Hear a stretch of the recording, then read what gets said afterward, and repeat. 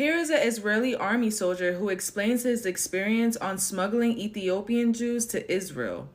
Listen carefully of what he has to say.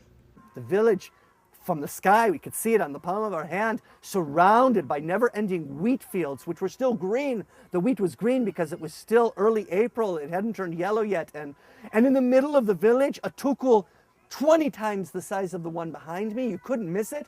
It was big, circular structure with a roof just like this. And on the top of it, made out of tin, was a Magen David, the Star of David. And when I saw the Star of David from the sky, I was just overwhelmed, and I got very excited. And my friends are just like, were floating down next to me. I'm pointing like, look, look, look, look. And they're going like, will you chill out? I was always a little bit strange. But they're like, we're in the end of the world, and there's a Magen David. These people are really Jews. You have to understand, the people in this village have never seen an airplane before.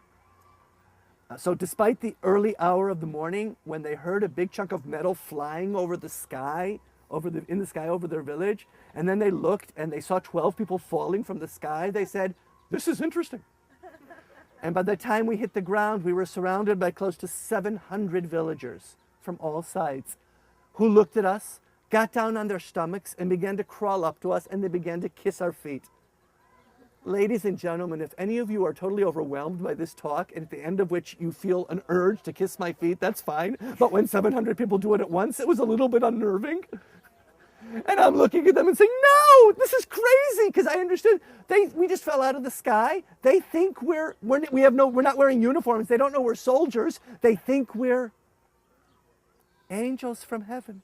Why were Israeli soldiers not wearing uniform to go rescue Ethiopian Jews to take them to Israel?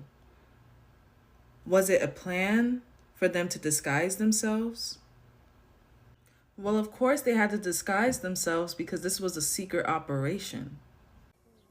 And I said to my translator, Lo Naim, no, this is not, tell them.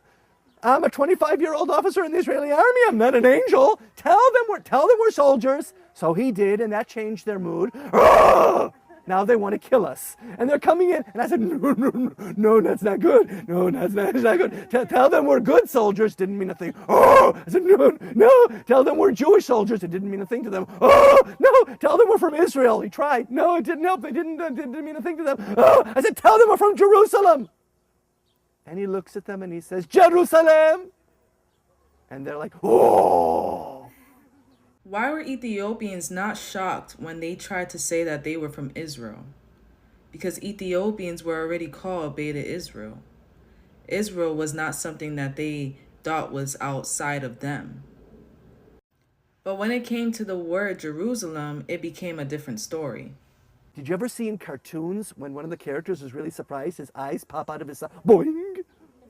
I never thought I'd see that happen to 700 people at once. I said, cool, do that again. I don't know how you did that, but that was cool. And he goes, Jerusalem, ah! And the oldest man amongst those who were surrounding us gets back down on his stomach and he crawls up to us and he begins to kiss my feet again. And I said, I thought we were done with this. What is it? Only at the end of that day did I find out what this had been all about. It seems that in the Ethiopian Jewish community, one of the first traditions, legends that they teach the youngsters is that in the end of days, Ketz Hayamim, at the end of all time, there's going to be a great war that's going to nearly bring about the destruction of the entire community. But God is going to send 12 emissaries from the heavens that will float down from the clouds and will bring the entire community to Jerusalem. Well, the war zone is just 2 days away. They can hear the cannons.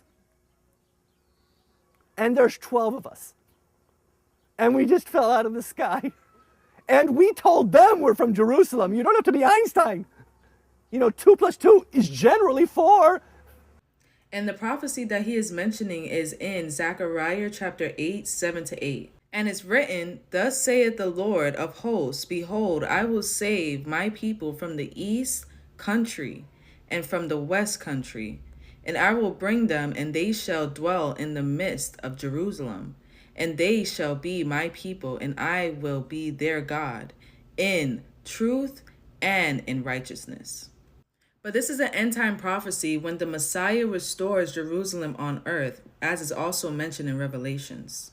This is Revelations 21, 1 and 2. And I saw a new heaven and a new earth, for that first heaven and the first earth were passed away, and there was no more sea. And I, John, saw the holy sea, New Jerusalem, coming down from God out of heaven, prepared as a bride adorned for her husband. The New Jerusalem is when Christ brings the new mind frame of God onto the earth.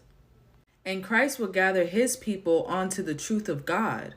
But now we have Israeli soldiers trying to play his role. This is just another example on how people use God's will for their own gain, to establish a holy land that is not of God. And if you want to hear more of his experience, here is the YouTube title.